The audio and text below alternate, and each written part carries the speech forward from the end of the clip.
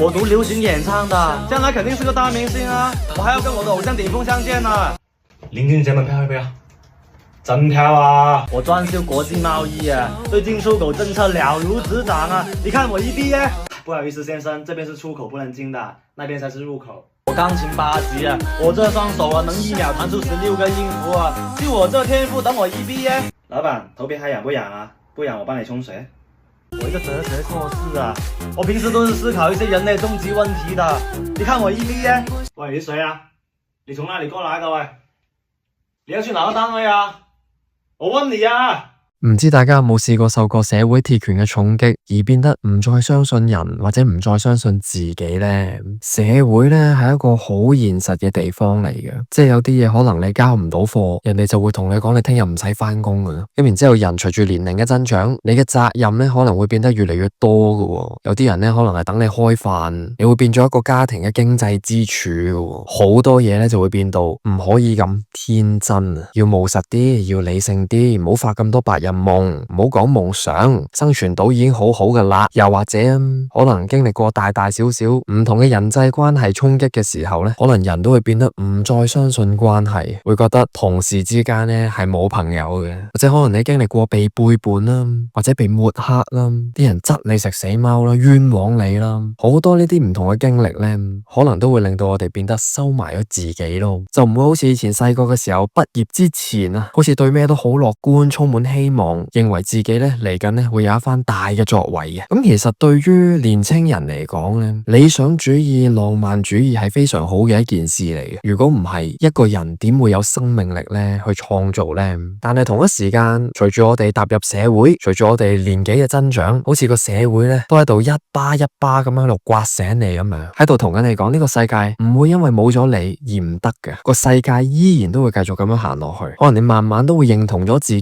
係咪我呢世人就要咁平凡咁樣過呢？咁唔知大家以前啦，或者依家會唔會都有啲興趣係會玩下嘅呢？咁可能係運動嘅層面或者藝術嘅層面嘅，可能係彈吉他啊、打鼓啊、跳舞啊、打拳啊、打波啊、畫畫啊、彈琴啊等等。咁當你嘅責任越嚟越多嘅時候呢，其實好有可能呢會出現一個現象呢，就係你會所謂變得冇時間再做呢啲嘢，因為你要翻工啊嘛，因為你要湊仔啊嘛，甚至乎都唔好話翻工啦，可能翻工都唔係好頂得順啦，有時要射下波，冇病啊扮病請下 sick leave， 或者要去射下黃啊，做下射博操啊，呢單嘢唔係我跟開啊。咁唔知去到呢個情況，又算唔算係我哋成為咗以前細個嘅時候自己都討厭嘅嗰個大人呢？咁但係的而且確咧，我自己都覺得咧，如果你喺個社會上面太善良嘅話咧，係會變得蝕底嘅。即係有陣時我哋都要識得保護自己，但係當我哋進入咗個社會，履行自己或者家庭嘅責任，保護自己之餘，能唔能夠有翻自己嘅初心呢？即係我哋可以俾自己去諗下嘅就係，其實我哋嚟到呢個人世間係為咩嘅咧？係咪就係打嗰份工咧？係咪就係朝9晚5定時定候就要去嗰個地方嗰度出現，跟住開 OT 開到夜一夜，跟住收工咧？有陣時呢啲社會鐵拳啊，或者呢啲責任啊，去磨蝕晒我哋本身嗰個初心或者熱情咧，都係好在所難免嘅事嚟嘅。我都明白，當一個人你真係孭住一份工，甚至有頭家等緊你開飯嘅時候，你真係唔係咁得閒去做呢啲所謂嘅興趣啊或者夢想嘅嘢，係困難嘅，我覺得係。咁但係我自己會覺得，如果當我哋能夠可以處理好各樣生活上嘅嘢嘅時候，好地可以喺個社會或者工作嘅環境入邊生存到嘅時候咧，其實都值得我哋咧去揾翻我哋自己咯。因為如果我哋太入戲嘅話咧，真係會自己都唔記得咗自己原本嘅模樣嘅。你嗰啲熱情夢想，通通咧都塞晒落梳化底、床下底嘅咯。咁我會覺得咧，其實呢個都可以話係一個人迷失緊。對我嚟講啊，我覺得啦吓，冇咗藝術嘅話咧，我係冇辦法再生存落去。因為藝術咧就係能夠增添我哋生命嘅色彩。我哋需要音樂，需要繪畫，需要電影，需要文學等等唔同嘅藝術形式咧嚟滋養我哋嘅生命。咁但係如果我哋唔再畫畫，唔再寫作，唔再做下文青，你就會變得太理性、太世故，就會同你細個嘅時候嗰個赤子之心或者嗰份童真啊，係漸行漸遠咯。咁有陣時咧，如果有啲人變得太世故嘅話咧，我覺得從面上嘅層面咧都可以睇得到。有一次咧，我喺街上面遇翻個中學同學，佢話炒倫敦金嘅，即係係我見到佢嘅面相，我嗰刻真係覺得佢好似變成咗一隻狐狸咁樣，好面目猙獰啊！真係印堂發黑，係非常之奸嘅個樣係，即係好多嘢都係相由心生咯。我覺得一個人如果能夠揾翻佢嘅初心，揾翻佢嘅熱情，揾翻佢嘅夢想嘅話咧，我自己覺得咧，我嘅睇法咧就係佢嘅面相都會比較清秀一啲嘅，所以咧值得我哋咧除咗履行自己或者家庭嘅責任之餘啊，都可以俾自己做翻自己咯。我覺得呢個情況咧，尤其是喺啲媽媽身上咧係尤其嚴重。喺今日呢個時代嘅女性咧，如果你有結婚生仔嘅話，仲要有份工嘅話咧，你就會好似變咗一個角色人咁樣噶啦。翻工你咪就係嗰間公司嘅員工咯，翻到屋企你咪人哋老婆咯，人哋阿媽咯。咁你係邊個咧？你照顧人之餘，你都有你自己中意嘅嘢噶嘛。所以我自己覺得咧，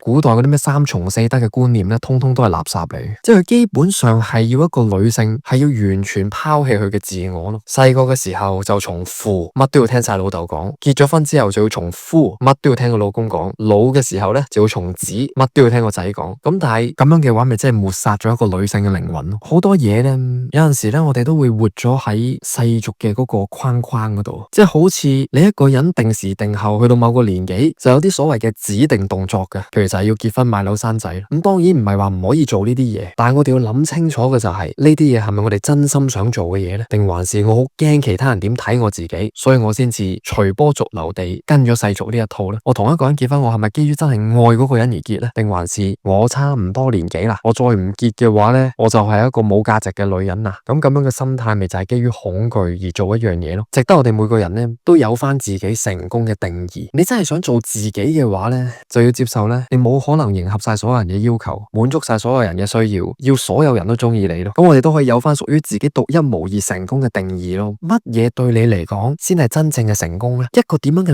你啊，你先係最幸福最快樂嘅咧？對你嚟講，點樣先至為之叫做你真係做翻自己咧？呢條問題咧，我覺得係每一個人嘅世紀大問題嚟嘅。即係你是誰咧？你話覺得自己失敗啊，冇嘢做得成啊，冇人哋咁叻啊，咁可能某程度上你都攞咗自己同其他人比咯。尤其是而家 social media 咧，喺 IG 度個個都擺自己最好嗰一面上去噶啦。佢兩公婆炒大鑊，難道又會 po 上 IG 俾你睇咩？即係你喺表面上見到人哋嘅好，其實都未必真係咁好嘅啫。一個人咧，肯定係有面嗰陣同埋底蘊嗰一陣。咁我自己會覺得，我哋自己嘅人生都係同自己交代咯。食好、瞓好、屙到，你已經係人生贏家嚟噶啦。係睇你自己點定啫嘛。你話咁樣好平凡喎，咁其實呢個世界上個個人都係平凡人嚟嘅。就算咩大明星大人物，佢都係要屙屎嘅。咁所以我哋只係需要咧過好自己嘅人生就足夠噶啦，冇嘢要同人交代。所謂咩叫做真係讓我哋個心回家咧？唔係真係講緊你翻屋企，而係翻去你嘅初心咯。可能你中意文字嘅，可以俾自己去閱讀啊，去寫下嘢啊。中意畫畫嘅，你唔好理你畫成點啊，去畫啊。你肯畫嘅話，自然會有啲志同道合嘅人會欣賞你嘅。你中意做運動嘅，打拳、踩單車、打網球嘅，做啊！使要做到世界冠軍先至可以做呢啲嘢噶。你自己玩啫嘛，你自己感受到個樂趣咪夠咯。玩緊嘅過程就係報酬，唔好要嗰啲嘢，要為你帶翻嚟啲咩名利，唔使啊。想去旅行咪去咯，想去參加個比賽，學一門新技能，開一個 YouTube channel， 建立一個品牌，做啊。最後成功與否其實都冇所謂嘅，因為我仲有嘢輸咩？唔緊要啦，贏又好，輸又好，啲嘢都翻唔到嚟啊！